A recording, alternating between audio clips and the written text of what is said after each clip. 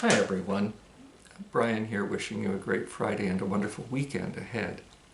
Some of you may know that I do another talk on Mondays. This Friday is normally about life in the parish here at Church of Our Savior, and Mondays are about the ongoing series I'm doing on becoming more and more aware of soulfulness within us. If you're looking this Friday though, this coming Sunday is one of the few times that those two kinds of conversations converge.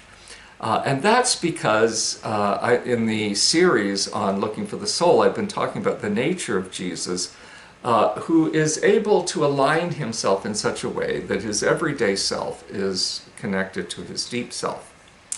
But that does not mean that he doesn't live without the ordinary distractions of everyday life. And this Sunday's gospel is the gospel story about Martha and Mary, and it's so often the case that the story is read, perhaps during the great epoch of patriarchal oversight of women, as, you know, women's work is not the real work, or the crushing attitude that women who do care about cooking and cleaning and presenting a great table to people were sort of told they were second-class Christians. Neither of those things are true at all, and it's not what Jesus is saying in this story. And we're going to be investigating that a little bit more closely on Sunday when we look at the fact that Jesus did not criticize Martha for doing this work, but for being identified with her distraction.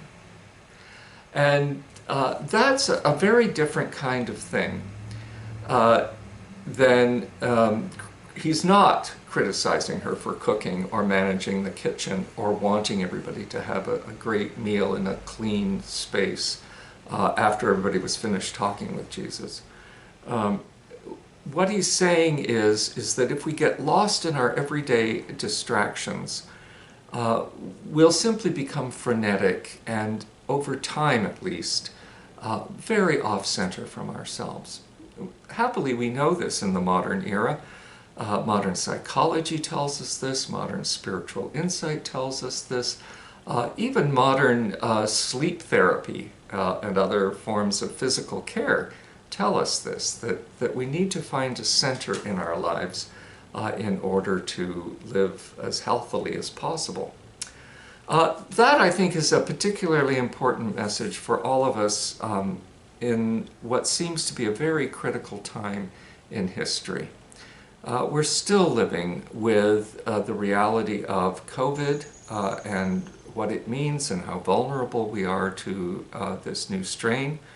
I went through the first full 2 years of COVID without any infection, for which I was very grateful.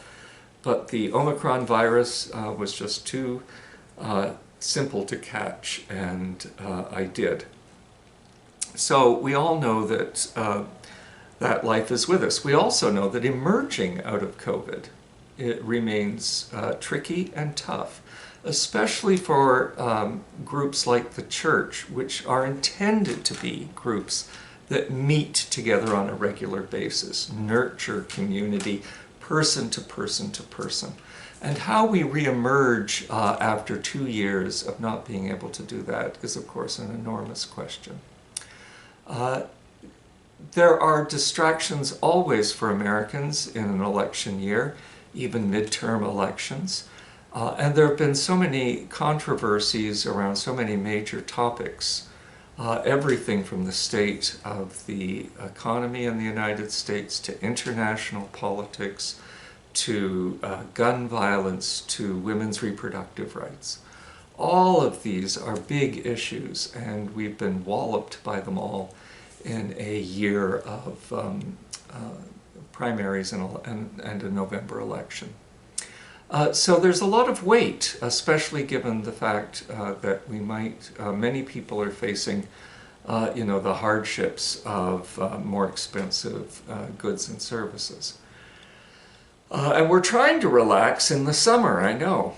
The answer, of course, comes from the same thing I'm talking about on Monday, which is realigning ourselves interiorly, to know that we do have a very busy everyday self, just like Martha and Mary had. But we also have within us a very deep self.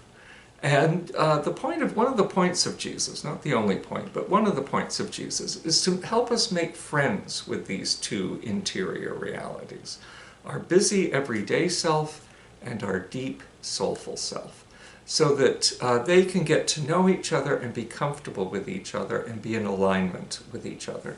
And when that happens, really quite magically, we find ourselves at peace and at rest, even amidst the most difficult challenges outside.